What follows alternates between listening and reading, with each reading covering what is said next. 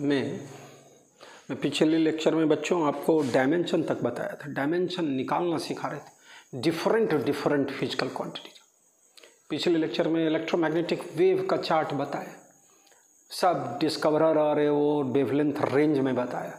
Wavelength range रहा तो दिया रहेगा तो फ्रीक्वेंसी रेंज कैसे निकालोगे, फ्रीक्वेंसी रेंज दिया रहेगा तो वेवलेंथ रेंज कैसे निकालेंगे, है ना।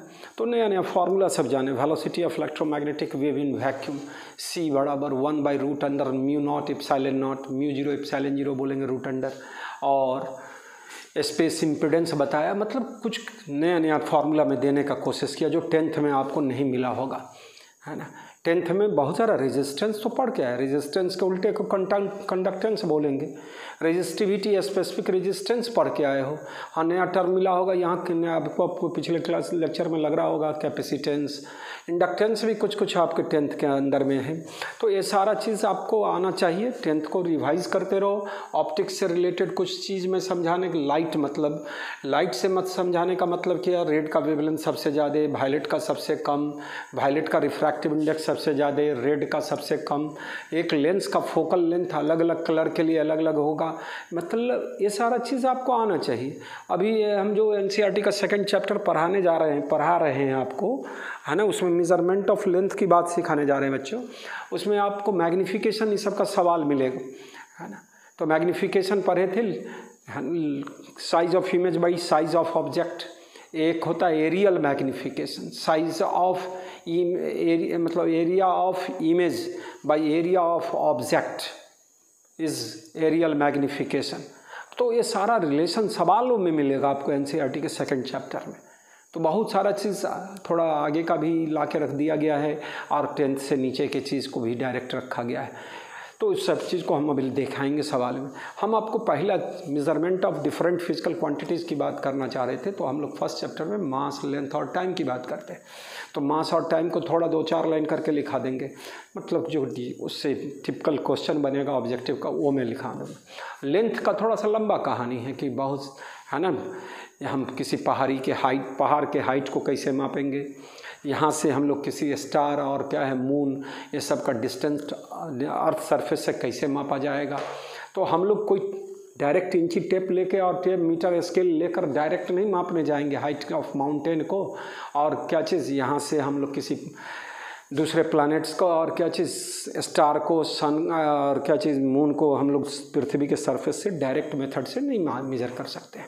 डायरेक्ट मेथड से हमारे हाइट को, आप बच्चों का हाइट को, है ना, कपड़ा की लेंथ, कपड़ा जो हम लोग सिलाते हैं उसके लिए क्या है 2 मीटर 5 मीटर, उसको डायरेक्ट मेथड से हम लोग क्या कर सकते हैं, माप सकते हैं। और बहुत छोटा लेंथ भी डायरेक्ट मेथड से मापा जाएगा। मैं अभी लिखा हुआ हूँ इस पर, स्क्रू गॉज एक डिवाइस होगा, स्क्रू गेज बोलेंगे। दूसरा स्लाइड कैलिपर्स, और उसी का दूसरा नाम वर्नियर कैलिपर्स, स्फेरोमीटर। ये 3 एक्सपेरिमेंट है 11th का स्टार्टिंग एक्सपेरिमेंट। मैं केवल उसके फार्मूला को, उसके चीज़ों को बताऊंगा, आप घर पर पढ़ोगे, उसके फिगर को देखोगे तो उससे रिलेटेड सवाल आपको हम समझाने का कोशिश करेंगे। तो ये चीज़ हम पहले तो डायरेक्ट मेथड, और दूसरा डायरेक्ट मेथड के बाद इनडायरेक्ट मेथड, जो हम लॉन्ग डिस्टेंस, बहुत छोटा मॉलिक्यूल के साइज को एस्टिमेट करेंगे। तो इन सारे चीज़ों के लिए अलग अलग प्रोसेस है। तो हम लोग डायरेक्ट मेथड की बात उतनी ज़्यादा नहीं करने में हैं। डायरेक्ट मेथड में 3 चीज़ मैं केवल बताऊंगा। स्लाइड कैलिपर्स का लिस्ट काउंट कैसे निकाला जाएगा, स्फेरोमीटर और स्क्रू गेज का लिस्ट काउंट और वर्नियर कांस्टेंट कैसे निकाला जाएगा, वो होगा डायरेक्ट मेथड। और इनडायरेक्ट मेथड में हम लोग को मोस्ट आपके NCERT के मुताबिक पैरेलैक्स मेथड जानकारी में होनी चाहिए, है ना, और मॉलिक्यूल के साइज़ को कैसे मेज़र करेंगे और प्रॉब्लम सब में रडार, सोनार, लेज़र, इस सब का इस्तेमाल करके हम लोग तो उसको रिफ्लेक्शन मेथड बोलेंगे। क्या बोलेंगे? Reflection method. तो मैं आपको बताने जा रहा हूँ measurement of length. Measurement of length में 2 मेथड, डायरेक्ट और इनडायरेक्ट। डायरेक्ट मेथड में metre scale is used for length. Minimum length कितना तक, 10⁻³ मीटर, और मैक्सिमम लेंथ 10⁻² मीटर के ऑर्डर तक हम लोग क्या कर सकते हैं, मीटर स्केल से माप सकते हैं।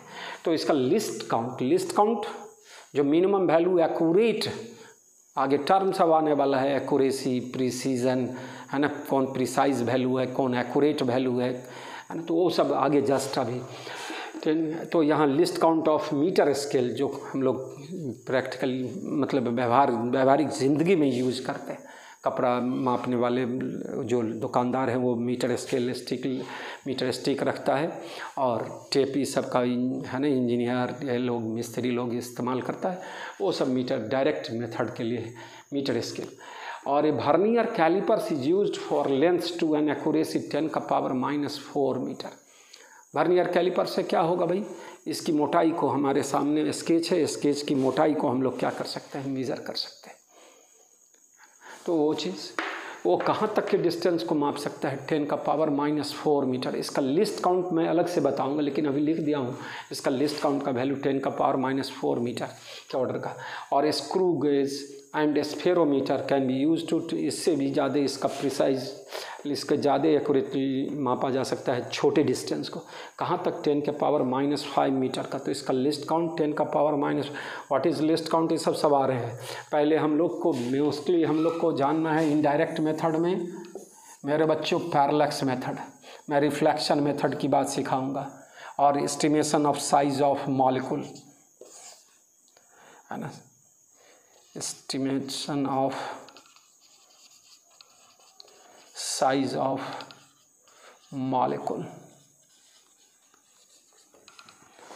ये सब डिफरेंट 2 मेथड हो गया मेजरमेंट ऑफ लेंथ के लिए, डायरेक्ट और इनडायरेक्ट। इनडायरेक्ट मेथड किसका, तो बहुत बड़ी दूरी लंबाई, जैसे पहाड़ी का ऊंचाई निकालना है, पृथ्वी के सरफेस से, अर्थ के सरफेस से मून और स्टार का डिस्टेंस बताना है, तो उसके लिए हम लोग डायरेक्ट मेथड का इस्तेमाल नहीं करेंगे, उसके लिए इनडायरेक्ट मेथड का इस्तेमाल। मॉलिक्यूल का साइज़ का डिटर्मिनेशन के लिए हम लोग किसका इस्तेमाल करेंगे, इनडायरेक्ट मेथड का इस्तेमाल करेंगे। तो हम लोग, ये थोड़ा क्लासिकल चीज़ है, आप अपने से क्या करेंगे, थोड़ा पढ़ेंगे एनसीईआरटी, और चाहे डिफरेंट बुक्स में भी दिया रहे तो उसको डायरेक्ट और इनडायरेक्ट, है ना। और मैं आपको अभी पैरेलल, पहले इसको थोड़ा सा ट्रायंगुलेशन मेथड और पैरेलैक्स मेथड को, इसमें एक टर्म आने वाला है सेक्सटेंट, है ना। तो सेक्सटेंट से हम लोग किसी हाइट के एलिवेशन को, ऐसा डिवाइस है जिससे हाइट मतलब एलिवेशन, एंगल ऑफ एलिवेशन निकाल सकते हैं। और दूसरा सेक्सटेंट को बोलते हैं 2 डिस्टेंट स्टार या डिस्टेंट ऑब्जेक्ट के बीच की दूरी को मापते हैं। और वह जो उसका प्रिंसिपल है, अगर पढ़े होंगे 10th में कि when mirror is rotated by theta, reflected ray is rotated bye 2 theta, तो सेक्सटेंट उसी प्रिंसिपल पर काम करता है। तो हम लोग को अभी बहुत ज़्यादा उसकी जानकारी की ज़रूरत नहीं है, लेकिन एंगल ऑफ एलिवेशन को मापने के लिए सेक्सटेंट का इस्तेमाल होता है, उसकी चर्चा करने जा रहे हैं। तो हम लोग थोड़ा इनडायरेक्ट मेथड की बात करेंगे, तब अलग से आएंगे तो इसकी चर्चा करेंगे। वर्नियर कैलिपर्स का, स्क्रू गेज और स्पेरोमीटर एक्सपेरिमेंटल सेगमेंट में ही आएगा, है ना। चला जाए अब आगे, इसको हम दिखाने जा रहे हैं इनडायरेक्ट मेथड में। इनडायरेक्ट मेथड की बात करने चले हैं बच्चों। ट्रायंगुलेशन मेथड, पहले हाइट ऑफ एक्सेसिबल ऑब्जेक्ट, किसी पेड़ का, किसी दीवार पर कोई डॉट है, चाहे कोई पॉइंट है, उसका हम लोग क्या कर सकते हैं, हाइट निकाल सकते हैं इस ट्रायंगुलेशन मेथड से। तो क्या है, कुछ करना नहीं है, H is the height of tree और height of the point from the floor surface, X या डिस्टेंस है जहाँ पर हम लोग क्या रखेंगे, सेक्सटेंट, और यह एंगल ऑफ एलिवेशन है, इस एंगल ऑफ एलिवेशन को हम लोग मेज़र करेंगे। तो ट्रिग्नोमेट्री आता है सारे बच्चे को, tan थीटा बराबर h/x, तो h बराबर x tan थीटा, या कैसे ऑब्जेक्ट के लिए, एसेसेबल ऑब्जेक्ट जिसका फाइनाइट साइज, छोटा साइज वाला है, ट्री है ये। और a height of an accessible object के केस में सेक्सटेंट को 2 प्लेस पर हम लोग रखते हैं, या बहुत बड़ा हाइट वाला माउंटेन, या मतलब सॉरी हाँ पहाड़ी बोलो, है माउंटेन, ठीक है। तो उसका, तो अब क्या करना है बच्चों, एक बार x डिस्टेंस पर लिया, फिर कितना से डिस्प्लेस किए, d डिस्टेंस से डिस्प्लेस किए, तो क्या होगा, फर्स्ट केस में cot θ1 बराबर, या एंगल ऑफ एलिवेशन, यहाँ पर सेक्सटेंट रखेंगे और तब हम लोग इसका एलिवेशन एंगल निकालेंगे। सेक्सटेंट बोल रहे हैं डिवाइस, क्या बोल रहे हैं बच्चों, सेक्सटेंट मैं बोल रहा था, यह किस प्रिंसिपल पर, when mirror is rotated by theta, reflected ray is rotated bye 2 theta बच्चों। तो क्या है, cot θ1 बराबर how much, x/h, and cot θ2 बराबर h is height of mountain, θ2 बराबर d plus x by h, डी by h plus x by h. यह equation number 2 from 1 and 2 cot θ2 minus cot θ1 बराबर, इसमें से इसको सब्ट्रैक्ट करो, x बाई एच गया, d बाई एच बचेगा मेरा बच्चा। तो h बराबर क्या निकल कर आएगा, d by cot θ2 minus cot θ1। θ1 और θ2 सेक्सटेंट की सहायता से दो स्थान पर कितने सेपरेशन पर, डी सेपरेशन पर रखने पर तो दोनों निकल गया, एंगल निकल जाए सेक्सटेंट की सहायता से। तो हाइट ऑफ द माउंटेन को हम लोग क्या कर सकते हैं, पृथ्वी के सरफेस से क्या कर सकते हैं, कैलकुलेट कर सकते हैं। या इनडायरेक्ट मेथड है इनएसेसेबल ऑब्जेक्ट के लिए और एसेसेबल ऑब्जेक्ट के लिए, तो ये दोनों मेथड है। ये अब मैं चल रहा हूँ पैरेलैक्स मेथड पर, जिसकी चर्चा एनसीईआरटी सब में है। तो पैरेलैक्स मेथड की बात करने चले।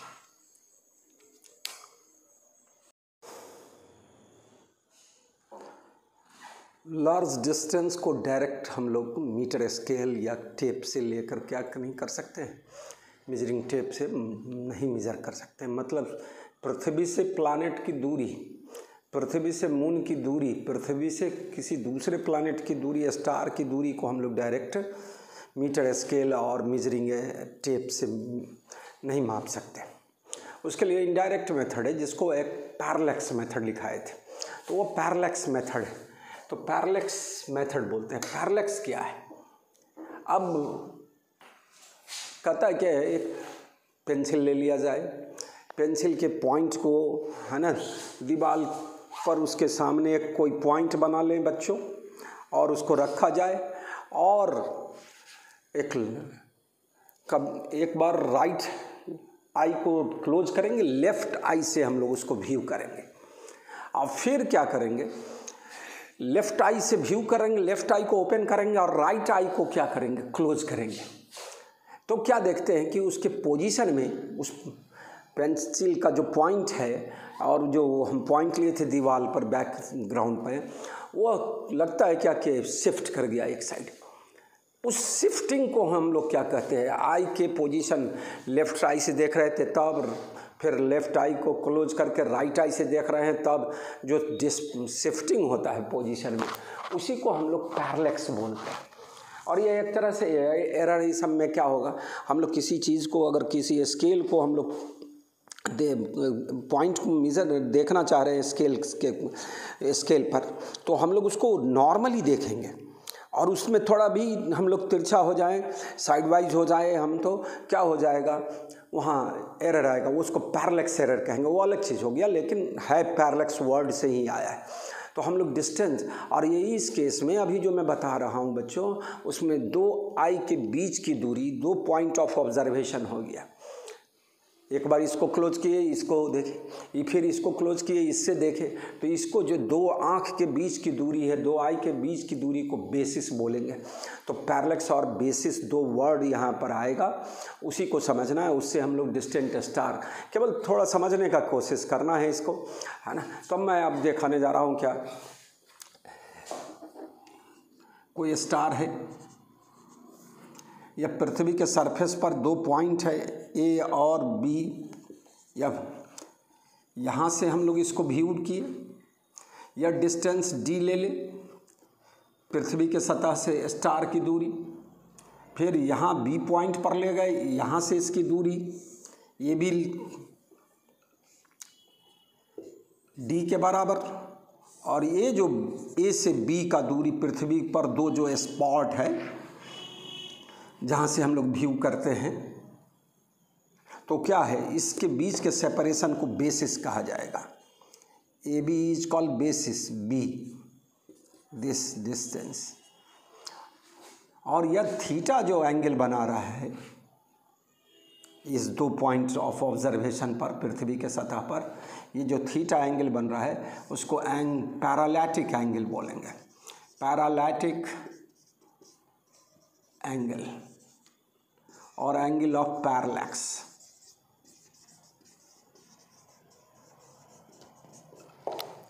बेसिस क्या बोले, distance between 2 points.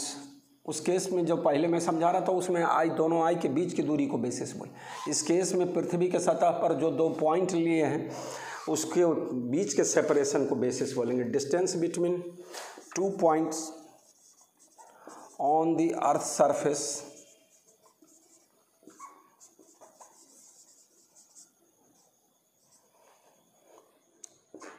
Is called basis. B से रिप्रेजेंट करेंगे बच्चों। इफ डी बराबर distance of star planet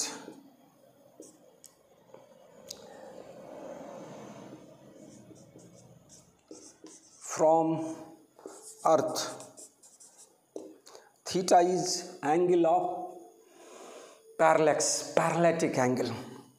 Then from figure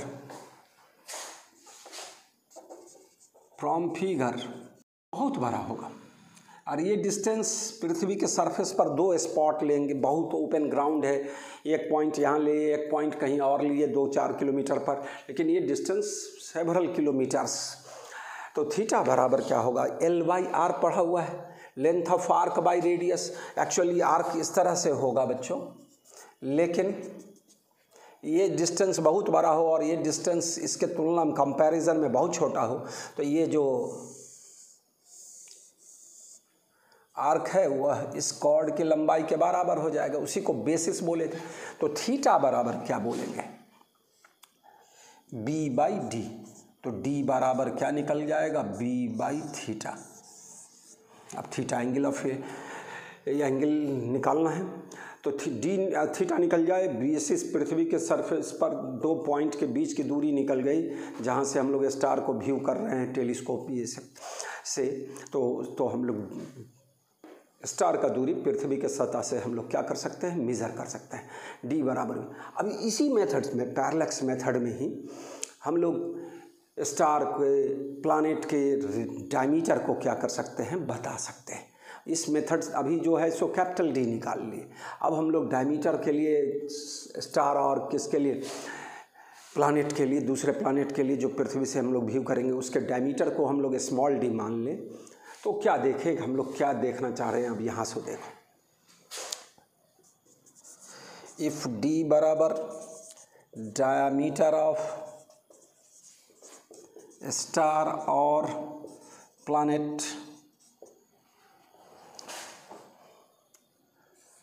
alpha बराबर angle subtended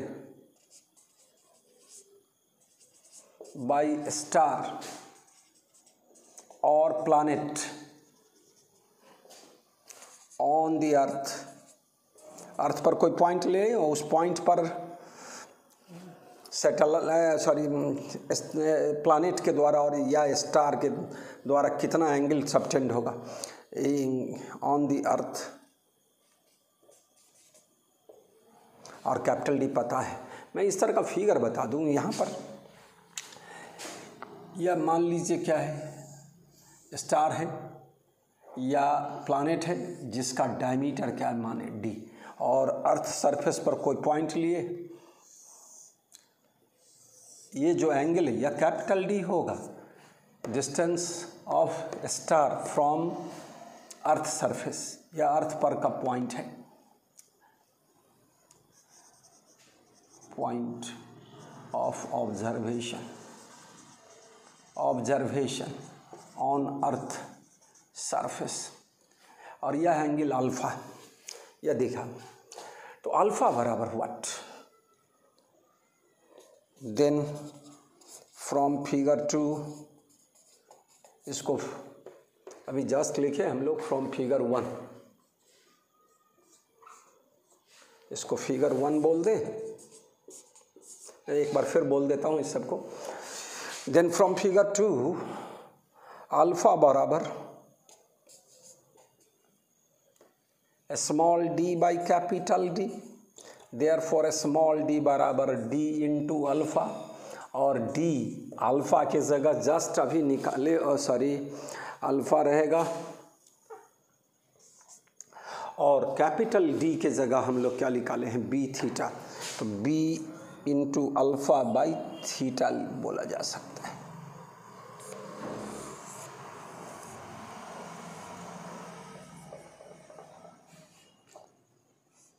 B alpha by theta. दो छोटा सवाल हम इस पर बताएंगे थोड़ा सा। तो इतना बात, यह पैरेलैक्स मेथड है बच्चों।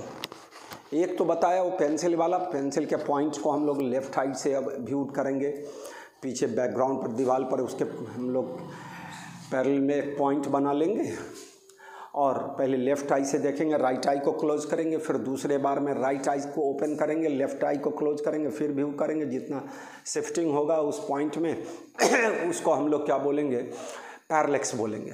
पैरेलैक्स मेथड बोला जाता है इस चीज़ को। अब अभी हम लोग स्टार का दूरी निकालने चले हैं अर्थ के सरफेस से। हमने बताया कि मीटर स्केल लेकर हम लोग डायरेक्ट नहीं माप सकते हैं, ये वो मेजरिंग टेप लेकर यहाँ से लेकर फीता लेकर हम लोग नापना चाहेंगे तो नहीं माप सकते। तो उसके लिए इनडायरेक्ट से क्या है, उस स्टार और प्लैनेट की दूरी, या दो पॉइंट ऑफ ऑब्जर्वेशन है अर्थ के सरफेस पर, ए और बी के बीच के डिस्टेंस को ही बेसिस बोलना सिखाएं। जो एंगल सबटेंड होगा यहाँ स्टार के द्वारा किस पर, ए और बी पॉइंट के बीच में जो एंगल बनेगा स्टार पर, उसको हम लोग पैरेलैटिक एंगल ऑफ पैरेलैक्स बोलेंगे। तो इतनी बात को थोड़ा सा खुद क्या करना है, पढ़ना है थोड़ा इसको अपने से भी, और इससे रिलेटेड सवाल सब बनाना है। तो ये चीज़ मैं बताया। अब देखिए आगे बढ़ते हैं, पहले इसको थोड़ा सा कर लें।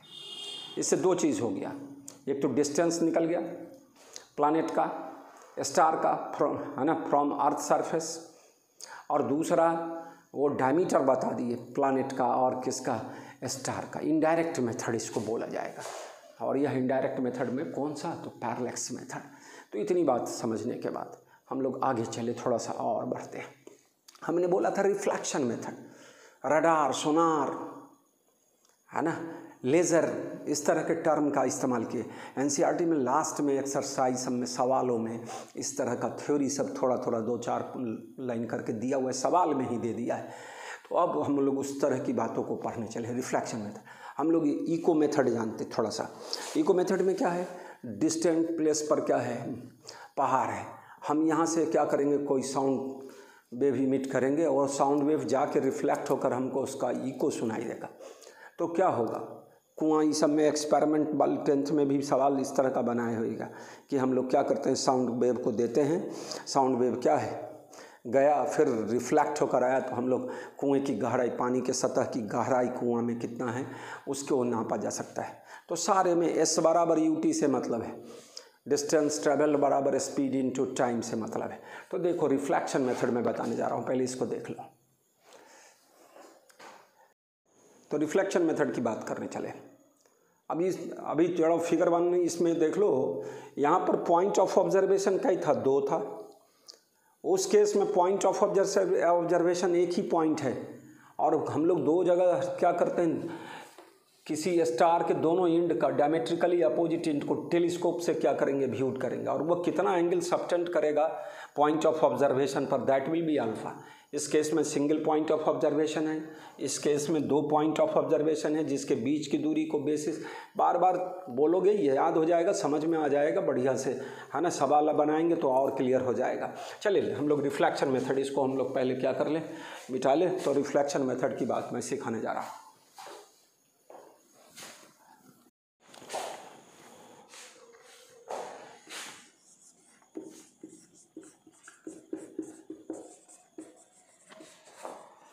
रिफ्लेक्शन मेथड बोलते हैं बच्चों, मैं बोला था लेज़र वाला।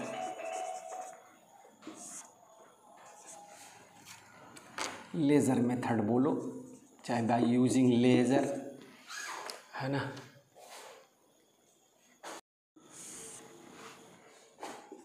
यूनिडायरेक्शनल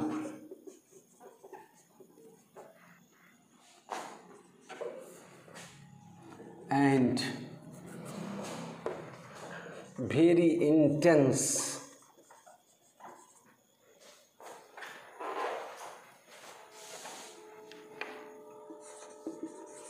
लाइट रे।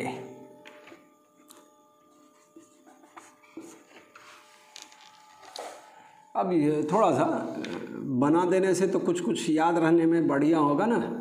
मूवी बोला जाए, मूवी का स्पेलिंग पिक्चर वाला वो तो अलग होता है, लेकिन याद करने के लिए मूवी, तो एम से मोनोक्रोमेटिक, यू से यूनिडायरेक्शनल, वेरी इंटेंस, ये सब बोलने से याद रहता है।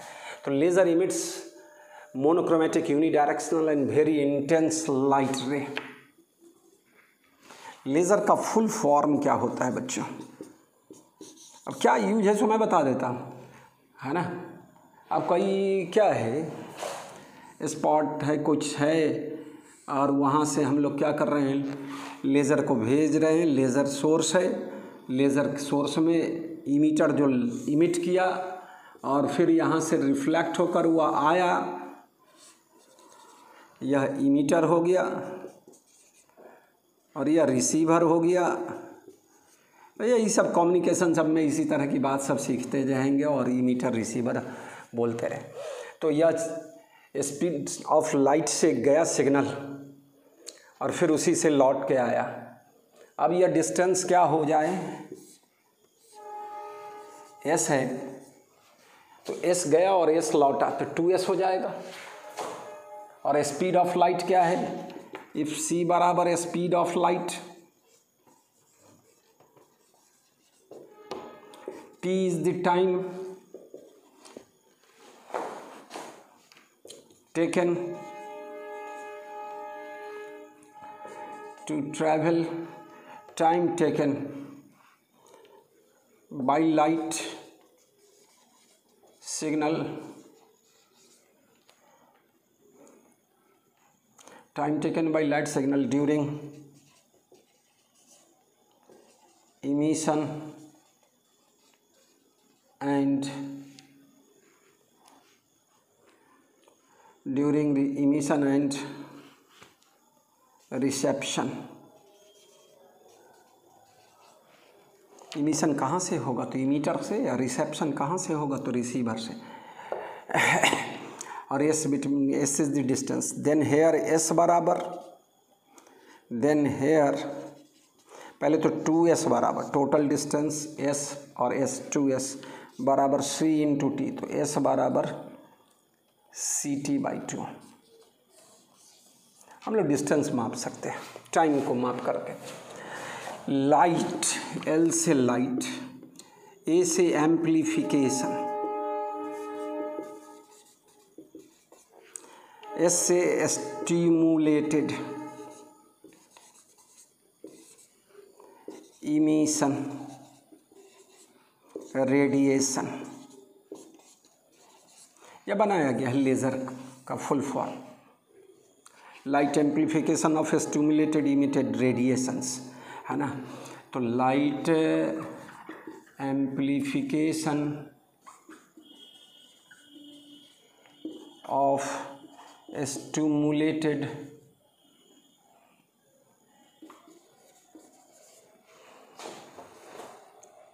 light amplification by stimulated of emission radiation, stimulated emission radiation, यह लेज़र का फुल फॉर्म लेज़र को लिखते हैं। लेज़र लाइट एम्प्लीफिकेशन, L से लाइट, A से एम्प्लीफिकेशन, S से stimulated emission radiation. Light amplification by stimulated of emission radiation बोला जाएगा लेज़र के लिए। तो लेज़र से हम लोग लाइट क्या है, लेज़र देखोगे वहाँ लिखे हैं मोनोक्रोमेटिक, वर्ड को पकड़ो। मोनोक्रोमेटिक वह सोर्स जो एक सिंगल वेवलेंथ वाला लाइट को इमिट करता है, एक कलर वाले लाइट को ही इमिट करता है। एक कलर में भी बहुत सारा मतलब वेवलेंथ होता है, लेकिन यह मोनोक्रोमेटिक का मतलब है सिंगल वेवलेंथ। यूनिडायरेक्शनल मतलब एक ही डायरेक्शन में जैसे जाए, है ना। तो लेज़र क्या हो गया, हम मूवी बोले सो क्या समझे मूवी से, मतलब वर्ड का पहला लेटर सबसे बना लेते हैं, है ना। मोनोक्रोमेटिक, यूनिडायरेक्शनल, वेरी इंटेंस, उसकी इंटेंसिटी क्या होगी, बहुत ज़्यादा होगी। तो वो पेनिट्रेट करके बहुत दूर तक जाएगा, फिर वहाँ से क्या होगा, रिफ्लेक्ट होकर आएगा। तो हम लोग यहाँ तो यहाँ हम लोग अर्थ से मून, यहाँ से मून पर भेजेंगे सिग्नल को, और मून से लेज़र बीम जो गया है, लेज़र लाइट, वो क्या होगा, रिफ्लेक्ट होकर आएगा। तो जब गए भेजे हैं तब टाइम वाला कहो स्टॉप वॉच चाहे ऑन कर दिए टाइम का रिकॉर्डिंग, और जब वह लौट कर आया है, हमारा रिसीवर रिसीव किया है, तब का टाइम नोट कर लिए, तो टोटल टाइम निकल गया। और डिस्टेंस है s, तो 2s डिस्टेंस ट्रेवल किया है, तो 2s बराबर ct, where c is the velocity of light बोला जाए, velocity of wave, electromagnetic wave बोला जाता है। तो यही मैकेनिज्म होगा सब जगह, है ना। इको मेथड में भी लिखाया नहीं, लेकिन आपको याद हो गया, इको मेथड भी यही हो गया। वहाँ साउंड सिग्नल को भेजेंगे और फिर साउंड सिग्नल रिसीव करेंगे, रिफ्लेक्ट होकर इको आएगा, तो इस तरह की बात सुनेंगे। तो ये लेज़र हो गया। अब दूसरा हम लोग का था क्या चीज़, सेकंड रडार। इसमें भी कैपिटल लेटर लिखे तो चलेगा, रडार मेथड। इसको मिटा लो पहले, तब और करते हैं। रडार में रडार का मतलब रेडियो डिटेक्शन एंड रेंजिंग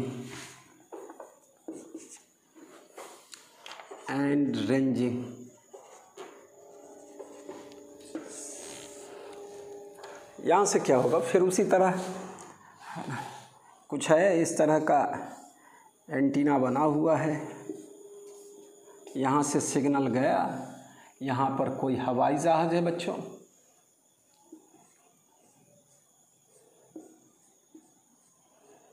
कुछ दिखा दिए हवाई जहाज़ नुमा ऐसा, है ना, हवाई जहाज़ है।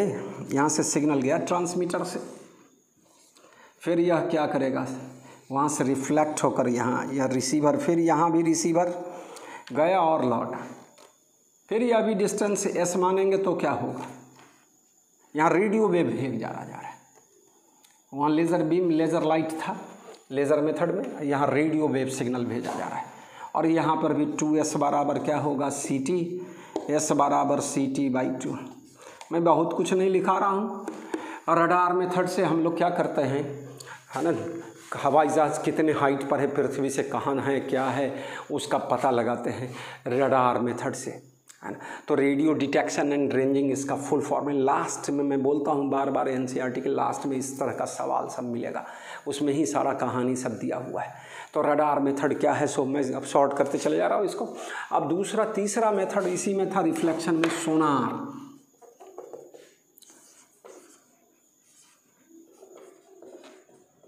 सोनार मेथड,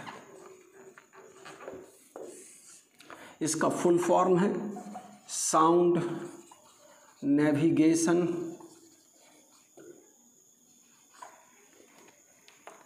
एंड रेंजिंग। यहाँ पर अल्ट्रासोनिक वेव, कौन वेव बच्चों, अल्ट्रासोनिक वेव भेजा जाएगा।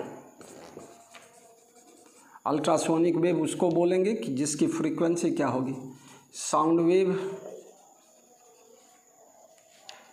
whose frequency is more than 20,000 hertz, 20 kilohertz. यह अल्ट्रासोनिक। इंफ्रासोनिक सुने होंगे, 20 हर्ट्ज़ से कम, और 20 हर्ट्ज़ से 20,000 हर्ट्ज़ वाला को ऑडिबल रेंज बोलते हैं। एक नॉर्मल ईयर, कान जो है सो आदमी का क्या है, कहाँ से कहाँ तक वाली फ्रीक्वेंसी को हियर कर सकता है। तो 20 हर्ट्ज़ से 20,000 हर्ट्ज़ तक। 20 हर्ट्ज़ से कम वाले को इंफ्रासोनिक बोलेंगे, 20,000 से ज़्यादा वाले को अल्ट्रासोनिक भी बोलेंगे। तो अब यह चीज़ क्या है, पानी के अंदर कोई बहुत बड़ा चट्टान है और हमारा क्या है, सबमरीन जो है पनडुब्बी जिसको बोलते हैं वो अंदर में जा रहा है, तो वो आगे वाले ऑब्स्टिकल को देखना चाहेगा कि कितनी दूरी पर वह है, तो उसके लिए क्या है, वो अल्ट्रासोनिक वेव सिग्नल भेजेगा और वहाँ से लौट कर आएगा। सब में क्या होगा, 2x बराबर ct, 2s बराबर ct, यहाँ पर भी 2s बराबर vt लिखेंगे, अल्ट्रासोनिक वेव का वेलोसिटी भी है यहाँ। तो इस तरह की बातों को हम लोग जानेंगे। सब में यही है, रिफ्लेक्शन मेथड कहलाएगा। तो उसमें अल्ट्रासोनिक वेव पानी के अंदर हम लोग क्या कर रहे हैं, कोई शिप है और उस शिप से सिग्नल नीचे वर्टिकली डाउनवर्ड भेज रहे हैं और वह पानी के साथ सरफेस में एकदम बॉटम पर जाके क्या होगा, अब वहाँ पानी ख़त्म है तो वहाँ से वह क्या करेगा, वह अल्ट्रासोनिक वेव फिर रिफ्लेक्ट होगा। तो हम लोग उसके डेप्थ को माप सकते हैं कि इस कितनी गहराई तक वहाँ पानी है। मान लो उसकी गहराई h है तो क्या होगा, 2h बराबर क्या चीज़, vt, और तो h बराबर vt/2 निकाला जा सकता है, जहाँ v is the velocity of ultrasonic wave. तो मैं कुछ विशेष नहीं लिखा रहा हूँ, सब में यही फार्मूला होगा। c के जगह v लिख देंगे, x लिखेंगे, 2x बराबर क्या चीज़, v × t, x बराबर vt/2। अब ये सब अपने से लिखने का है ना। v is the velocity of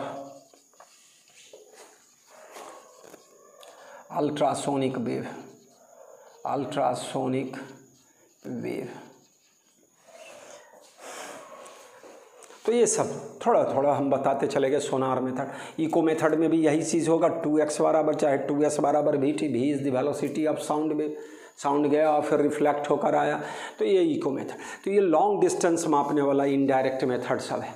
अब हम लोग क्या करेंगे, छोटे डिस्टेंस को इनडायरेक्ट मेथड से साइज़ ऑफ मॉलिक्यूल कैसे निकालोगे, एटम का वॉल्यूम, एटम का साइज़ कैसे निकाला जाएगा, रेडियस, ये सब चीज़ को अब थोड़ा सा हम बताने जा रहे हैं।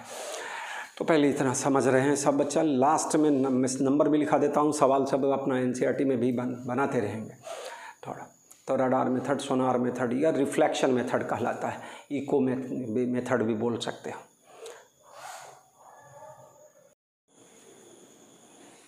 अब इनडायरेक्ट मेथड में बच्चों बहुत स्मॉल साइज़, स्मॉल लेंथ, तो estimation of size of molecules पहले पता रहे, तब साइज़ ऑफ एटम की बात करेंगे, कैसे हम लोग इनडायरेक्ट मेथड से इतनी छोटी, उसको ना हम लोग वर्नियर कैलिपर से नहीं निकाल सकते हैं, स्क्रू गेज से नहीं निकाल सकते हैं, स्फेरोमीटर से नहीं निकाल सकते हैं उसने छोटी लंबाई को। तो उसके लिए इनडायरेक्ट मेथड से कैसे हम लोग करेंगे, तो एक है क्या, estimation of size of molecule.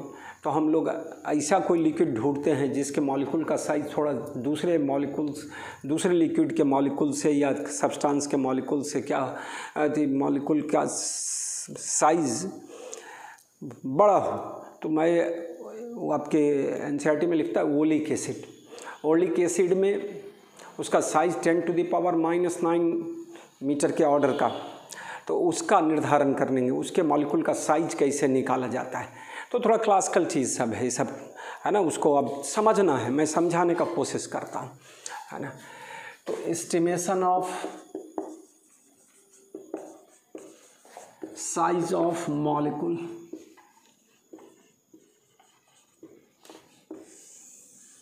मैं बोला वर्नियर कैलिपर्स का इस्तेमाल नहीं हो सकता है और स्क्रू गेज का इस्तेमाल नहीं कर सकते हैं, और इवन क्या है आपकी इलेक्ट्रॉन माइक्रोस्कोप, एक होगा ऑप्टिकल माइक्रोस्कोप।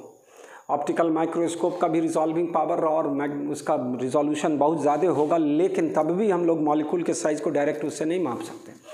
और इलेक्ट्रॉन माइक्रोस्कोप का रिजोल्यूशन और भी ज़्यादा, ऑप्टिकल माइक्रोस्कोप है ना, वेवलेंथ के इन्वर्सली प्रोपोर्शनल होगा resolution, limb and resolving power. इस तरह की बात ऑप्टिक्स में 12 में हम लोग स्टडी करेंगे, लेकिन जानकारी होनी चाहिए। हमारा वेवलेंथ विजिबल लाइट का मैं कल बता रहा था 4000 एंगस्ट्रम से 7000 एंगस्ट्रम के बीच का मामला है ना, किसी में 4000 से 7500 एंगस्ट्रम की बात करेगा। तो उतना लिमिट तक हम लोग क्या कर सकते हैं, 4000 एंगस्ट्रम का मतलब क्या हो गया, 10⁻⁻10 करेंगे तो 4 × 10⁻⁷ मीटर तक हम लोग क्या कर सकते हैं, माप सकते हैं, किससे, ऑप्टिकल माइक्रोस्कोप की सहायता से। इलेक्ट्रॉन माइक्रोस्कोप में वेवलेंथ और भी क्या होता है, घट जाता है, 1.66 एंगस्ट्रम बोलते हैं, तो उसका रिजोल्यूशन और भी ज़्यादा होगा। लेकिन और एक मॉडर्न कंसेप्ट में क्वांटम मैकेनिक्स के आधार पर है, ये सब एनसीईआरटी को पढ़ेंगे ना थोड़ा सा, तो ये सब अपने आप होगा। टनलिंग माइक्रोस्कोप बोलते हैं, टनल माने रिसना, टनलिंग फेनोमेना, रिसना, क्वांटम मैकेनिक्स में ये सब आता है। लेकिन टनलिंग माइक्रोस्कोप सारा नामकरण आपको याद होना चाहिए कि आपको बोलेगा ऑप्टिकल माइक्रोस्कोप, इलेक्ट्रॉन माइक्रोस्कोप और टनलिंग माइक्रोस्कोप, क्वेश्चन बनाओ ऑब्जेक्टिव कैसे बनता है, सबसे ज़्यादा लिमिट ऑफ रिजोल्यूशन किस में ज़्यादा हम लोग क्या कर सकते हैं छोटे से छोटे डिस्टेंस को, इस तीनों में तो सबसे ज़्यादा किसका होगा, टनलिंग माइक्रोस्कोप का, उसके बाद इलेक्ट्रॉन माइक्रोस्कोप का, उसके बाद किसका, तो ऑप्टिकल माइक्रोस्कोप की बात करेंगे। तो ये माइक्रोस्कोप ये सब वर्ड पर 10th में भी माइक्रोस्कोप पढ़े हैं, वहाँ सिंपल पढ़े हैं, सिंपल माइक्रोस्कोप, कंपाउंड माइक्रोस्कोप 12 में भी है, थोड़ी चर्चा करते चलेंगे इस सब का। तो लेकिन estimation of size of molecules की बात करने चले, और इसमें करते हैं क्या है, क्या मेथड है, सो मैं बताना चाह रहा हूँ। सिर्फ ओरली ज़्यादा लिखाने की बात नहीं करेंगे, फार्मूला हम निकालने जाते हैं। अब यह इसमें हम लोग ओलिक एसिड का इस्तेमाल करते हैं। अब कोई यहाँ रिएक्शन नहीं कराना है, लेकिन कौन सा एसिड, ओलिक एसिड। अब इसका फार्मूला से यहाँ कोई मतलब नहीं है, लेकिन आपको याद होना चाहिए इसका फार्मूला, केमिकल फार्मूला। अब इसका स्ट्रक्चर ये सब आप अपना पढ़ते रहिए। केवल C18H34O2, 1836 में 34O, मतलब वो बोल कर याद करा जा सकता है ना। तो C18H34O2 ओलिक एसिड का केमिकल फार्मूला। यहाँ कोई हमको फार्मूला नहीं बताना है, ये करना नहीं है, आपकी जानकारी के लिए मैं लिख दिया। अब करना क्या है बच्चों, ओलिक एसिड के मॉलिक्यूल का साइज़ दूसरे एसिड या लिक्विड के मॉलिक्यूल के साइज़ से ज़्यादा बड़ा होता है, फैटी एसिड बोलते हैं। तो केमिस्ट्री का वर्ड सब है, लेकिन तो करते हैं क्या, इसके मॉलिक्यूल के साइज़ के निर्धारण के लिए मेरी बात को फॉलो करके थोड़ा समझने का कोशिश करो भाई। पहले तो हम लोग क्या कर लिए, 1 cc ओलिक एसिड का ले लेंगे। कितना लेंगे बच्चों, 1 cc। cc बोले तो क्यूबिक सेंटीमीटर, सेंटीमीटर क्यों। अब उसमें अल्कोहल मिलाकर डाइल्यूट कर अल्कोहल के साथ 20 cc सॉल्यूशन बनाएंगे। तो 20 cc मिक्सचर में सॉल्यूशन में 1 cc ओलिक एसिड है। तो अभी कंसंट्रेशन ऑफ ओलिक एसिड बोला जाए तो 1/20 बोला जाएगा।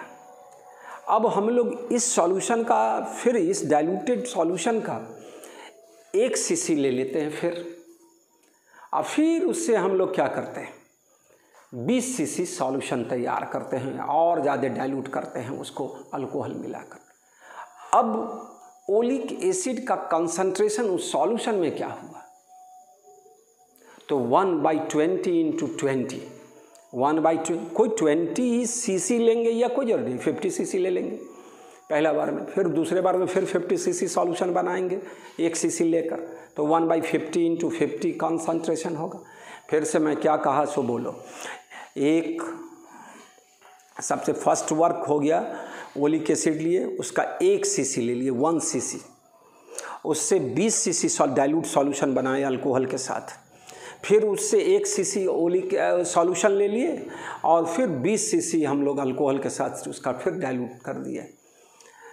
तो अब उसमें कंसंट्रेशन क्या हो गया, तो 1/20 इंटू 20।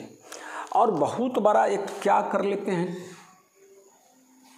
ट्रफ ले लिए, बर्तन ले लिए जिसका एरिया ज़्यादा है, उसमें लिक्विड वाटर भर देते हैं, वाटर रखते हैं।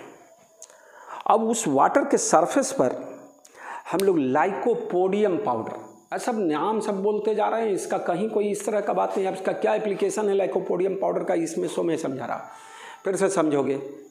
सॉल्यूशन तैयार कर चुके हैं हम लोग 1/20 वाला, है ना भैया। 2020 के नाम लेने से डर लगता है, 2020 में कोरोना आ गया है, लेकिन याद हो गया तुमको 2020, 1/20 इंटू 20 कंसंट्रेट ओलिक एसिड। तो बच्चों पहले वाटर ले लिए हैं ट्रफ में, और उस वाटर सरफेस पर लाइकोपोडियम पाउडर स्प्रिंकल कर देते हैं, छिड़क देते हैं। इतनी कथा समझ में आ रही है बच्चों? उसके बाद क्या करना है, वो जो सॉल्यूशन हम लोग तैयार किए हैं, अब हम लोग ब्यूरेट ले लेंगे और उस ब्यूरेट में क्या होता है, हम लोग ड्रॉप बाय ड्रॉप उस पर क्या करेंगे, उस सॉल्यूशन को, ओलिक एसिड के डाइल्यूटेड सॉल्यूशन को जो अल्कोहल के साथ सॉल्यूशन बनाए, उसको ड्रॉप बाय ड्रॉप हम लोग क्या करते हैं उस वाटर सरफेस पर गिराते हैं, जिस पर हम लोग लाइकोपोडियम पाउडर छीके हुए हैं। अब देखो ड्रॉप जब ही गिरेगा तो वह लाइकोपोडियम पाउडर को क्या करेगा, हमारी सामान्य भाषा में बोलो, उसको फैलाएगा, छितरा देगा, वह खाली करेगा, वह वाटर सरफेस हो जाएगा, लाइकोपोडियम पाउडर छिड़कते जाएगा। तो हम लोग ड्रॉप बाय ड्रॉप गिराते गए, एन ड्रॉप्स मान लो गिराए, और एन ड्रॉप गिराने से क्या हो रहा है, वो एक सर्टेन डिस्टेंस तक एक फिल्म ऐसा बन जाएगा वाटर का, और लाइकोपोडियम पाउडर छिड़क जाए, वहाँ खाली जगह ऐसा लगेगा वाटर सरफेस पर, और उसके ऊपर में क्या होगा, मोनोलेयर बोलेंगे, सिंगल मॉलिक्यूल सबका लेयर बनेगा ओलिक एसिड सॉल्यूशन वाला। और अल्कोहल मिला हुआ है यार, अल्कोहल तुरंत इवेपोरेट कर जाएगा। अब वहाँ पर एक पतला सा लेयर, सिंगल लेयर बन जाएगा, मोनोलेयर बोलेंगे, किसका, तो ओलिक एसिड का। अब हम लोग क्या करेंगे, उसका जो सर्कल नुमा बनेगा उसके ऊपर, उसका हम लोग क्या करेंगे, डायमीटर निकालेंगे। अब डायमीटर निकल गया और मॉलिक्यूल का साइज, थिकनेस जो मान लेंगे, टी मान लेंगे, एरिया ए निकलेगा, तो उसका वॉल्यूम क्या हो जाएगा, A into T, area into thickness. तो ये वॉल्यूम किसका, एन ड्रॉप्स का, और लेकिन ए इंटू टी जो है उसमें सिर्फ ओलिक एसिड है। एन ड्रॉप्स के वॉल्यूम में अगर एक ड्रॉप का वॉल्यूम बच्चों मान लो भी है, तो एन ड्रॉप गिराए हैं तो टोटल वॉल्यूम कितना हो गया, एन इंटू भी। हम लिख देते हैं तो आसानी से समझ में आएगा। पहले तो उस सॉल्यूशन का वॉल्यूम कितना गिराए हम लोग उस लाइकोपोडियम पाउडर वाला सतह पर, वाटर के सरफेस पर, एन इंटू भी, जिसमें ओलिक एसिड मात्र कितना था, एन इंटू भी बाई 20 इंटू 20, और यह एन इंटू भी बाई 20 इंटू 20 ही किसके बराबर होगा, एरिया इंटू थिकनेस। एरिया का फॉर्मूला क्या होगा, तो वो जो हम लोग क्या करेंगे, वो सर्कल बना है उसको हम लोग क्या करेंगे, उसके डायमीटर को निकालेंगे कि कितने दूर तक वो लाइकोपोडियम पाउडर को फैला, मतलब ठेल के दूर कर दिया है वो ड्रॉप के गिरने से। तो अगर हम लोग उसका एरिया निकाल लिए तो हम लोग टी को कैलकुलेट कर सकते हैं। वॉल्यूम जो गिराएंगे उसका ब्यूरेट से हम लोग क्या कर सकते हैं, एन ड्रॉप्स का वॉल्यूम निकाल लेंगे हम लोग पूरा, एन इंटू भी। एक ड्रॉप का वॉल्यूम निकल गया तो एन ड्रॉप्स काउंट करके गिराए हैं तो एन इंटू भी total volume of this solution होगा। उसमें ओलिक एसिड का वॉल्यूम जो होगा एन इंटू भी बाई 20 इंटू 20। थोड़ा सा समय लगेगा, समझ लेना है फिर से। हम लोग ओलिक एसिड के मॉलिक्यूल का साइज़ को एस्टिमेट करने चले, जिसको हम लोग किसी डायरेक्ट मेथड से नहीं कर सकते। उसको करने के लिए क्या किए, 1 सीसी ओलिक एसिड का ले लिए, उससे पहले हम लोग 20 सीसी सॉल्यूशन तैयार किए हैं अल्कोहल के साथ, फिर उससे 1 सीसी लिए हैं, फिर 20 सीसी सॉल्यूशन बनाए हैं डाइल्यूट करके अल्कोहल के साथ। तो उसमें ओलिक एसिड का कंसंट्रेशन क्या हो गया सॉल्यूशन, 1/20 इंटू 20। मैं बोला कि पहले बर्तन ले लिया, उसमें पानी रख दिया, पानी का के सतह पर लाइकोपोडियम पाउडर छिड़क दिया गया, और उस पर ड्रॉप बाय ड्रॉप ब्यूरेट की सहायता से हम लोग क्या कर रहे हैं, वो सॉल्यूशन जो तैयार किए हैं उसका एन ड्रॉप्स गिराते हैं। गिराने से क्या होता है, लाइकोपोडियम पाउडर पानी के सतह पर से छिड़क कर क्या होता है, दूर जाने लगता है और एक सर्कल नुमा शेप बन जाता है वहाँ। तो उसका हम लोग क्या कर लेंगे, एरिया निकाल लेंगे। पहले तो वो कितना दूर फैला है उसका डायमीटर निकाल लेंगे, और उससे हम लोग उसका एरिया निकाल लेंगे। एरिया इंटू थिकनेस हो जाएगा volume of monolayer of oleic acid. Monolayer आप ड्रॉप बाय ड्रॉप गिराओगे, मान लो जैसे कोई गोली गिरा रहे हैं तो सब गोली का सतह पर क्या होगा, फैल जाएगा। एक गोली पर दूसरा गोली नहीं होगा, सिंगल मोनोलेयर बनता जाएगा। तो मोनोलेयर की बात करेंगे। तो चलिए अब यहाँ पर हम लोग फिर से इस बात को लिख दें, अब वो ये प्रोसेस आप पढ़ेंगे अपना एनसीईआरटी में कि क्या करना है ओलिक एसिड में, कैसे क्या लितना सॉल्यूशन लिए, क्या बनाए, कैसे क्या किए, लेकिन मैं केवल कैलकुलेशन की बात कर देता हूँ। तो अभी जितनी कथा बताए उसमें क्या है, concentration of oleic acid 1/20 into 20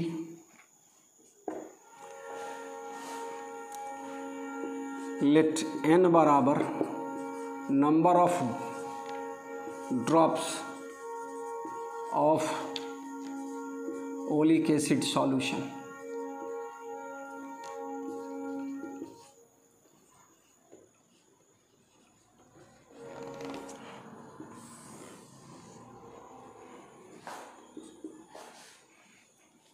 कहाँ वाटर के सरफेस पर नंबर ऑफ ड्रॉप्स कितना गिरा है, n।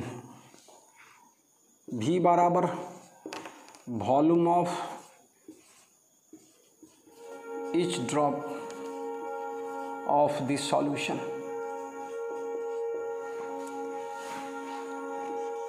a बराबर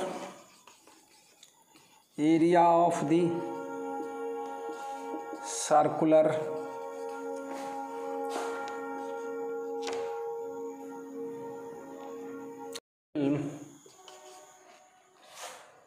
on water surface, T बराबर thickness of monolayer of oleic acid. तब क्या होगा बच्चों, पहले n इंटू भी वॉल्यूम था, हेयर n इंटू भी टोटल वॉल्यूम था सॉल्यूशन का, अल्कोहल उड़ गया, इवेपोरेट हो गया, तो n भी बट्टा क्या बचेगा 20 into 20 yes cc cubic centimetre of volume हो गया of monolayer of oleic acid. सिर्फ अब उस वाटर सरफेस के सतह पर ओलिक एसिड बच गया, उसका मोनोलेयर सिंगल एटमिक सब मॉलिक्यूल सब सिंगल मॉलिक्यूल, मॉलिक्यूल के ऊपर मॉलिक्यूल नहीं, मॉलिक्यूल फैल गया, छितर गया है सरफेस पर। वो थोड़ा सा यहाँ दिखाना ऐसा नहीं लगता ये हो गया, और इधर में लाइकोपोडियम पाउडर है, इधर सब में वाटर सरफेस पर का बात की, और ड्रॉप गिराने से इसके अंदर में सिर्फ क्या बचा, यहाँ पर ओलिक एसिड का मोनोलेयर ऑफ थीन लेयर बोलेंगे, the monolayer of oleic acid. Alcohol उड़ गया, यह जहाँ पर यह सब पर लाइकोपोडियम पाउडर छिड़का हुआ था, पूरे में सब में था, ये लाइकोपोडियम पाउडर दिखा है, लेकिन उसके ड्रॉप के डालने से यह लाइकोपोडियम पाउडर वाला वो फैलते चला गया और यह एक सर्कुलर फिल्म बना दिया।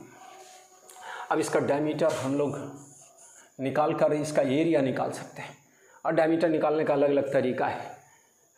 तो ये चीज़ NV/20 इंटू 20 बराबर A इंटू टी। यह टी जो है थिकनेस बोले वही है साइज ऑफ मॉलिक्यूल्स, तो टी बराबर क्या होगा N into V/20 into 20 into area into क्या चीज़ सेंटीमीटर।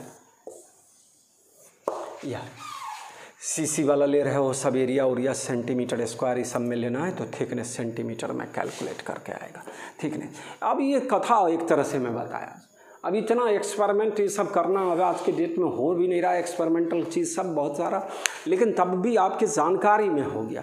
ओलिक एसिड लिए, ओलिक एसिड का 1 cc ले लिए बच्चों, 1 cc से 20 cc सॉल्यूशन डाइल्यूट सॉल्यूशन बना दिया अल्कोहल के साथ, फिर उससे 1 cc लिए, फिर 20 cc अल्कोहल मिला, आज 20 cc का सॉल्यूशन तैयार किए वो अल्कोहल मिलाकर, तो उसमें ओलिक एसिड का कंसंट्रेशन हो गया 1/20 इंटू 20।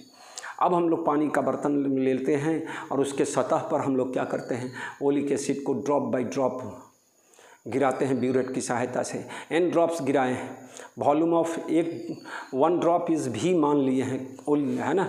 उस तो क्या होगा, सॉल्यूशन जो गिरा रहे हो तो वॉल्यूम निकालने का तरीका है। ब्यूरेट से हम लोग मान लो 50 ड्रॉप काउंट करके 20 ड्रॉप 50 ड्रॉप काउंट गिराए हैं, तो कितना वॉल्यूम खाली हुआ है, वह 50 ड्रॉप का वॉल्यूम होगा। तो यूनिटरी मेथड से 1 ड्रॉप का वॉल्यूम निकाला।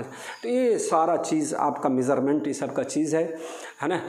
इन सारे चीज़ों को थोड़ा जानकारी में रखना चाहिए, और कुछ है नहीं। ओलिक एसिड फैटी एसिड है, यह है ओलिक एसिड का हम केमिकल फार्मूला लिख दिए, आपको याद रहे तो अच्छी बात है, और नहीं तो यहाँ इसकी कोई आवश्यकता नहीं है, मैं इस तरह से समझा दिया। ये ओलिक एसिड का। अब एटम के साइज़ को निकालने चले। ये तो मॉलिक्यूल था, और ऐसा मॉलिक्यूल लिक्विड लिए जिसके मॉलिक्यूल का साइज़ दूसरे लिक्विड के मॉलिक्यूल से, चाहे दूसरे सब्सटेंस के मॉलिक्यूल से उसका साइज़ क्या है, बड़ा है, तो उसको निर्धारित किए हैं, एस्टिमेट किए हैं साइज। इनडायरेक्ट मेथड बोला गया बहुत छोटे डिस्टेंस को मापने के लिए। अब आगे देखो बच्चों, हम लोग एटम वाला एवोगाड्रोज का हाइपोथेसिस से, क्या एवोगाड्रोज हाइपोथेसिस अलग है कि at same temperature and pressure equal volume of all gases contain same number of molecules and moles कहते हैं। लेकिन यहाँ पर जो हम बताने जा रहे हैं सो अब देखो पहले क्या है। अभी मॉलिक्यूल का साइज़ का एस्टिमेशन की, अब एटॉमिक रेडियस को एस्टिमेट करने चले। Atomic radius by using Avogadro's hypothesis,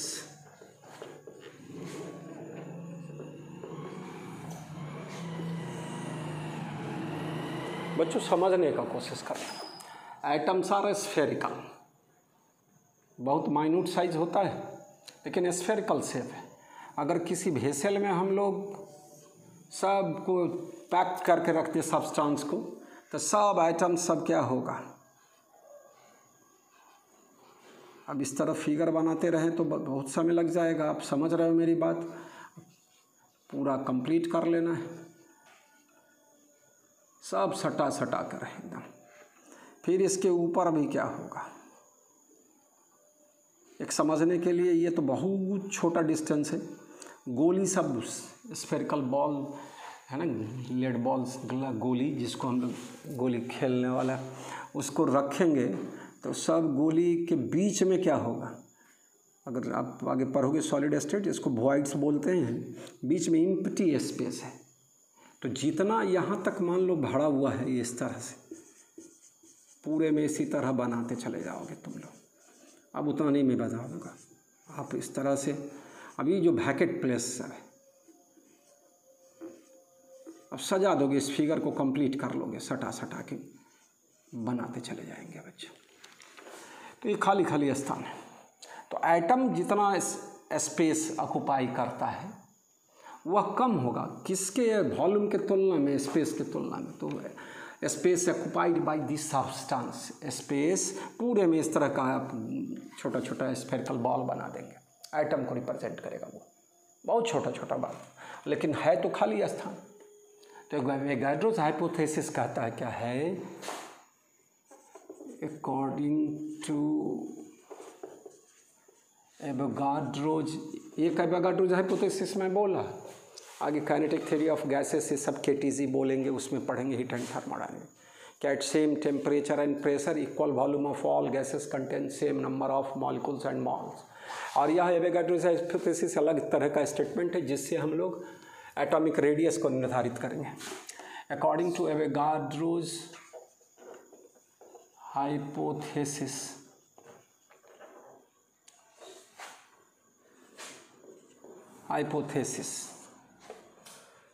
the volume of the volume occupied by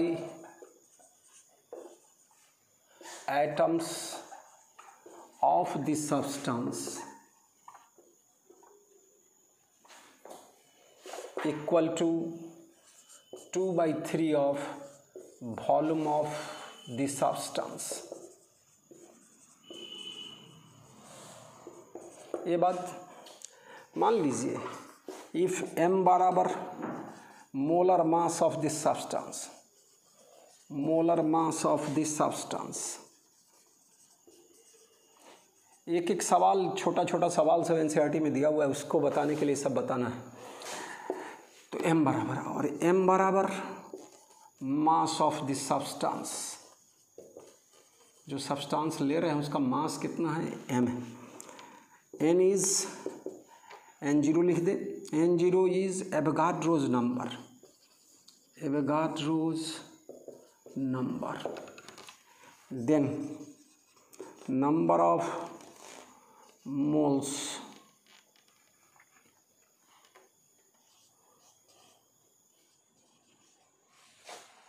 of the substance m by m, m mass 1 mole, तो वो यूनिट मास बराबर क्या चीज़, 1 by m, तो m मास के लिए m by m moles. Total number of atoms,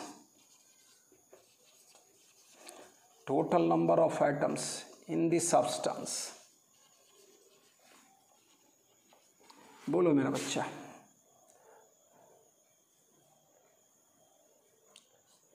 n0 Avogadro's number के बराबर। तो नंबर ऑफ मोल्स से n0 को मल्टीप्लाइड करते, यह नंबर ऑफ सब्सटेंस। अब क्या है, इफ r बराबर radius of atom,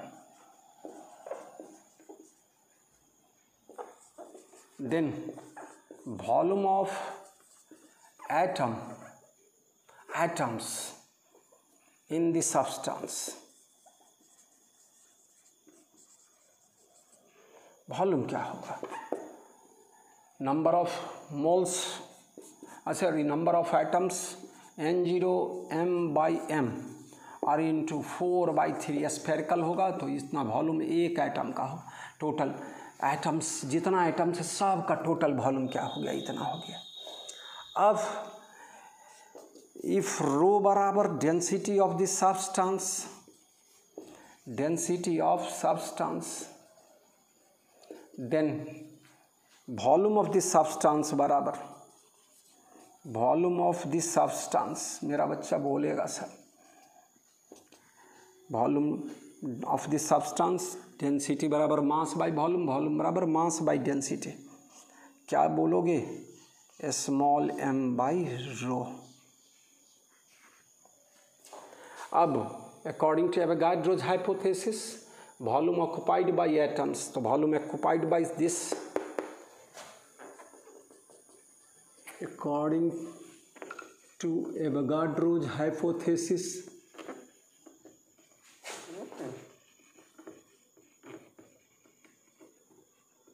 Avogadro's hypothesis, what volume occupied by the atoms of the substance, तो वॉल्यूम कितना, n0 m by capital M 4/3 pi r³ बराबर equal to how much, m by rho 2/3 of the volume of the substance, m by rho volume of the substance 2/3 होगा।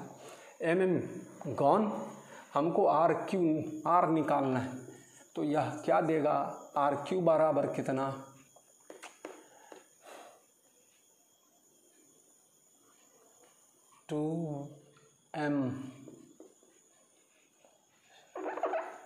2m this much, 3 cancel, 4/2, 2/4,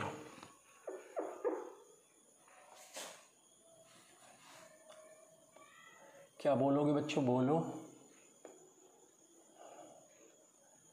या m gone, या 2 से 2, यहाँ 2 बचेगा, ये gone, ये 3 gone, हमको निकालना है r³, n0 m तो cancel, n0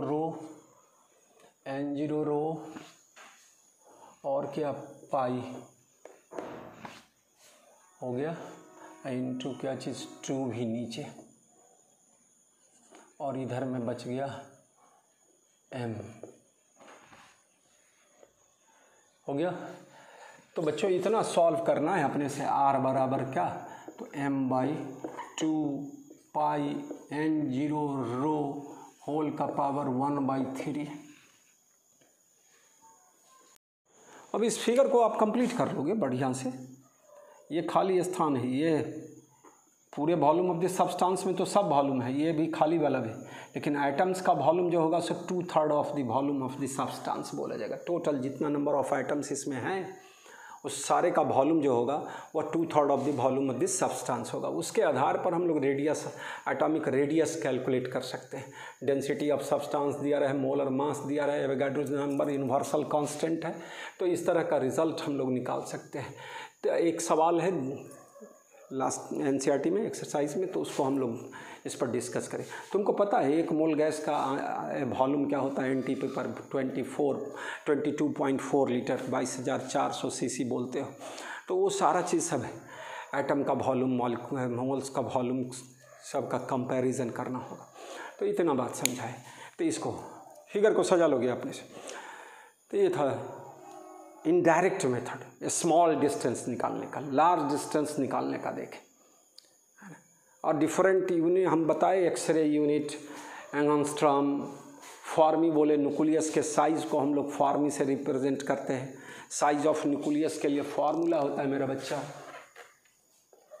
size of nucleus. एक सवाल अभी है या 12 में केमिस्ट्री फिजिक्स में पढ़ेंगे हम लोग, केमिस्ट्री में तो 11th में ही होगा, है ना।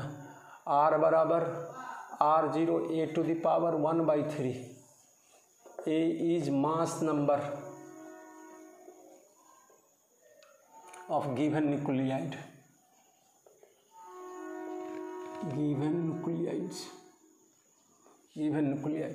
R0 बराबर 1.2 फॉर्मी, 1.3 फॉर्मी आपको लिखा रहता है, 1.2 फॉर्मी, 1 फॉर्मी बराबर 10 का पावर -15 मीटर न्यूक्लियस के साइज़ का है।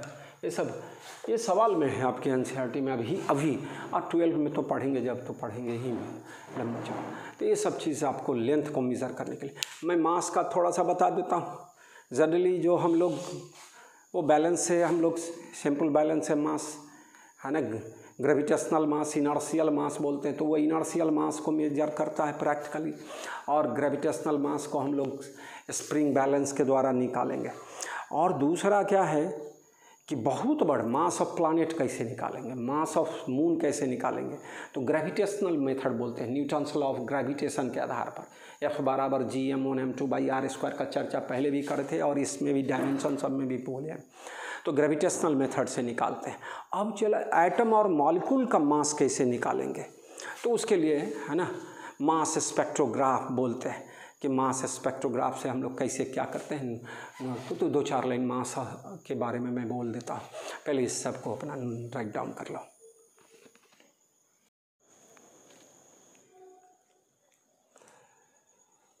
मास of commonly available objects can be determined by simple balance.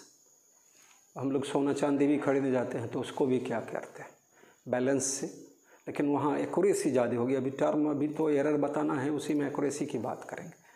आलू प्याज खरीदने जाते हैं हम लोग मार्केट में, तो बैलेंस के द्वारा सिंपल बैलेंस बोलते हैं। एक होता है स्प्रिंग बैलेंस, ग्रेविटेशनल मास को, वेट को मेज़र करता है, लेकिन यहाँ सिंपल बैलेंस की बात कर रहे हैं। अब उसमें आलू प्याज लेने में बच्चों 5 ग्राम 10 ग्राम कम ज़्यादा में उतना लफड़ा नहीं है, लेकिन सोना चांदी में 5 ग्राम और 10 ग्राम का इधर उधर हो जाए तब तो है ना हज़ारों हज़ार रुपया का इधर से उधर मामला बन जाएगा। तो इसलिए क्या है वहाँ एक्यूरेसी ज़्यादा होती है। इन सारे सिंपल डिवाइड बैलेंस में हम लोग को जो होगा, सब्जी बेचने वाला और मिठाई बेचने वाला, ये सब वो सब आजकल डिजिटल बैलेंस वाला भी आ गया, डिजिटल का दौर आ गया। लेकिन अब large masses in the universe like planets, star etc based on like planets, stars etc based on Newton's law of gravitation can be measured by using gravitational method। तो gravitation इस सब में चर्चा आएगी, फिर से आएगी। अब एटम और मॉलिक्यूल के साइज़ के बारे में बात करो, मास स्पेक्ट्रोग्राफ बोलते हैं। और उसमें चार्ज पार्टिकल को हम लोग, है ना, जिसका मास निकाल ले उसके चार्ज पार्टिकल, और चार्ज पार्टिकल को हम लोग क्या करते हैं इलेक्ट्रिक फील्ड में या मैग्नेटिक फील्ड में क्या करते हैं, उसको प्रोजेक्ट करते हैं, और उसका जो ट्राजेक्ट्री का रेडियस जो होता है वो मास को निर्धारित करता है, तो उसको मास स्पेक्ट्रोग्राफ बोलेंगे। तो ये चीज़ छोटा सा ऑब्जेक्टिव हो गया कि एटम मॉलिक्यूल ये सब का साइज किसके द्वारा, तो मास स्पेक्ट्रोग्राफ के द्वारा होगा, है ना।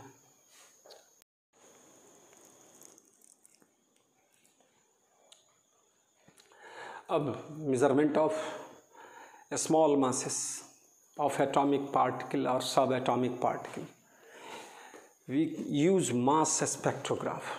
मास स्पेक्ट्रोग्राफ किस प्रिंसिपल पर काम करेगा, तो radius of trajectory of charge particle in electric field depends upon the mass of the charge particle, in which radius of trajectory, mass spectrograph, in which radius of trajectory is proportional to the mass of a charge particle। अपन जब पढ़ेंगे तो magnetic field में एक formula आएगा मेरे बच्चों, अब क्या बोला अभी तो बहुत सारा बोलेंगे तो गड़बड़ हो जाने वाली बात होगी। m is mass, v is speed, b is magnetic field, q is charge, r varies क्या चीज़ m वैरीज r बोला जाए, that is m varies r। Radius को निर्धारित, ट्राजेक्ट्री का पाथ का रेडियस निकालकर हम लोग मास ऑफ द पार्टिकल निकाल सकते हैं। इलेक्ट्रॉन, प्रोटॉन, मतलब एलिमेंट्री पार्टिकल, सब एटॉमिक पार्टिकल बोलते हैं। तो एटम का जो टुकड़ा है इलेक्ट्रॉन, प्रोटॉन और न्यूट्रॉन, उसका मास की बात करेंगे। तो हम मोस्टली चार्ज पार्टिकल की बात करेंगे, है ना। तो यह m वैरीज r, तो ये सब छोटा छोटा बात है, इसको आप, है ना, केवल याद रखने का चीज़ हो गया कि एटम और सब एटॉमिक पार्टिकल के मास को निकालने के लिए किस डिवाइस का इस्तेमाल करोगे, मास स्पेक्ट्रोग्राफ, है ना। देखा जाएगा 12 सब में थोड़ा सा चर्चा करेंगे मास स्पेक्ट्रोग्राफ का, है ना, इलेक्ट्रोस्टैटिक्स से सब और मैग्नेटिक। तो इस तरह की बात को देखो, मेजरमेंट ऑफ मास हो गया। अब मेजरमेंट ऑफ टाइम, टाइम के क्विक मेजरमेंट के लिए एटॉमिक क्लॉक कहते हैं, सीजियम क्लॉक बोलते हैं, है ना। लेक्चर थोड़ा लंबा होते जा रहा है, फिर मैं रोक रहा हूँ आज का लेक्चर यहीं तक। मेजरमेंट ऑफ टाइम 4 लाइन लिखा देंगे अगले के लेक्चर में, और उसके बाद हम लोग एरर और मतलब सिग्निफिकेंट, मैं बोला था आज ही लेकिन इसी में बहुत समय लग गया, है ना। तो जितनी बात मैं बोला वो सारा NCERT से लिखा हो गया, वो लिखाया गया है, एक तरह से समझ लेना। NCERT को पढ़ोगे तो और ज़्यादा क्लियर होगा, और उसकी सहायता से हम लोग क्या है, इसके सवालों को, NCERT के सवालों को हम लोग क्या करेंगे। तो बहुत सारा चीज़ क्लासिकल है, इसमें क्लासिकल पैटर्न वाली बात है।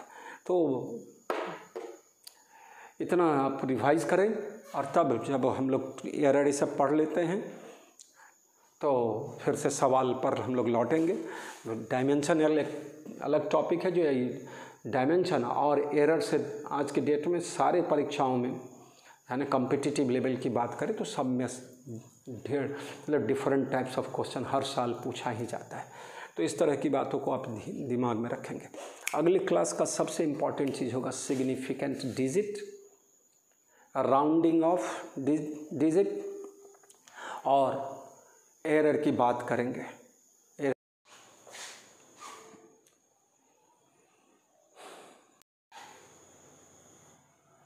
तो एरर की बात करेंगे अगले लेक्चर में। अगले एरर का टाइप्स होगा, कैसे एरर को कैलकुलेट करेंगे, है ना।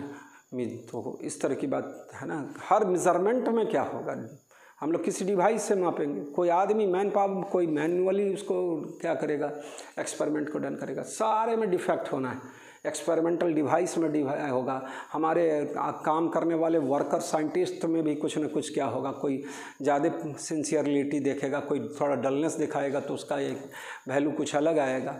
तो ट्रू वैल्यू और मेजर्ड वैल्यू में क्या डिफरेंस होगा, उसको एरर बोलेंगे। एरर का टाइप्स बताएंगे। तो अगले लेक्चर का इंपॉर्टेंट बात होगा, उसको पहले सिंपल मेथड से पढ़ेंगे, है ना।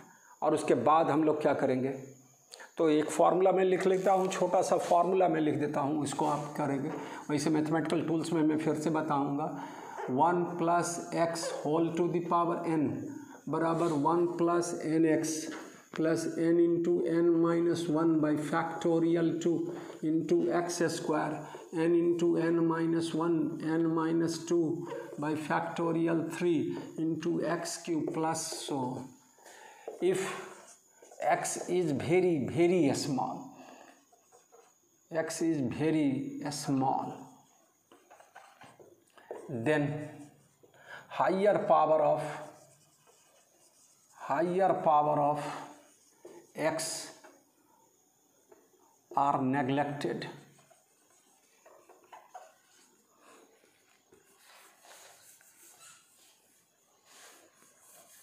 Higher power of x are neglected.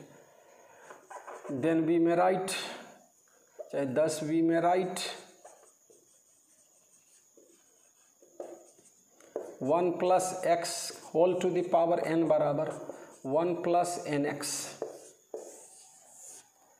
if x is very small. ये बड़ा काम का फॉर्मूला होगा एरर सबको समझने में।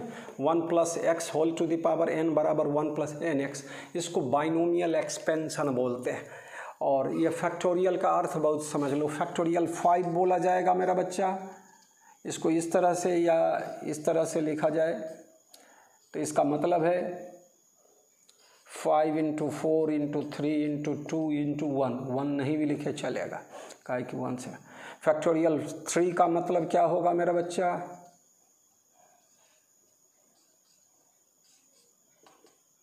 3 इंटू 2 इंटू 1, इसको भी 1 कर दो, 1 से मतलब तो 1 इंटू 2 इंटू 3 बोलो, या इस तरह उल्टा लिख दे तो चलेगा। फैक्टोरियल का इस फार्मूला का हम लोग डायरेक्ट यूज करने वाले हैं। 1 plus x whole to the power n बराबर 1 प्लस एन एक्स एरर वाले में। तो अभी तो आगे ढेर सारा अलजेब्रिक फार्मूला और ट्रिग्नोमेट्रिकल फार्मूला कैलकुलस की बात करेंगे, लेकिन अभी हमको इसका यूज है एरर वाले में, तो उसको हम अभी बता दिए हैं। अगले क्लास में अगले लेक्चर में इसका यूज करेंगे। तो इतनी बात कर लो भाई। तो अगला टॉपिक सबसे इम्पॉर्टेंट होगा एरर। एक पहले मैं बोला था कि स्मॉल डिस्टेंस का डायरेक्ट मेथड, तो जो अपने लोग को पढ़ना है वो अभी इलेक्ट्रॉन माइक्रोस्कोप और टनलिंग माइक्रोस्कोप का नाम लिए, लेकिन उसकी कोई आवश्यकता हम लोग के पढ़ाई में अभी कोई उसकी ज़रूरत है नहीं। लेकिन 3 एक्सपेरिमेंट वाला बात बोला था, एक वर्नियर कैलिपर्स, दूसरा स्क्रू गेज, तीसरा spherometer, measurement of A small distance. इसकी भी चर्चा अगले लेक्चर में मैं करने का कोशिश करूँगा। आज ही करना था लेकिन लेक्चर थोड़ा लंबा होते जाता है, 1 घंटा अभी शुरुआती में 11th में थोड़ा बीच में बहुत लंबा गैप के बाद मैं है ना एक लेक्चर कल भी दिया था और एक लेक्चर आज मैं दिया हूँ, जो ये भी कल आपको मिल जाएगा सबको। तो खूब मेहनत करें। जो चीज़ मैं बोलता हूँ फार्मूला सब बोलता हूँ, नया फार्मूला सब, ओलिक एसिड का फार्मूला का कोई ज़रूरत नहीं अपने फिजिक्स में, लेकिन तब भी आपको इसी तरह से आपको केमिस्ट्री का केमिकल फार्मूला सब अभी से जहाँ पर एलिमेंट मिलेगा उसका एटॉमिक नंबर, जहाँ पर केमिकल कंपाउंड मिलेगा उसका स्ट्रक्चर मतलब उसका फार्मूला, केमिकल फार्मूला आपको याद होना चाहिए, लिखने आना चाहिए, उसका मॉलिक्यूलर मास लिखने आना चाहिए। तो फिजिक्स केमिस्ट्री सब में ये सब कंबाइंड चीज़ है जो दोनों जगह मिलते रहेगा हर हमेशा। तो घर पर रह की बात करेंगे अगले क्लास में।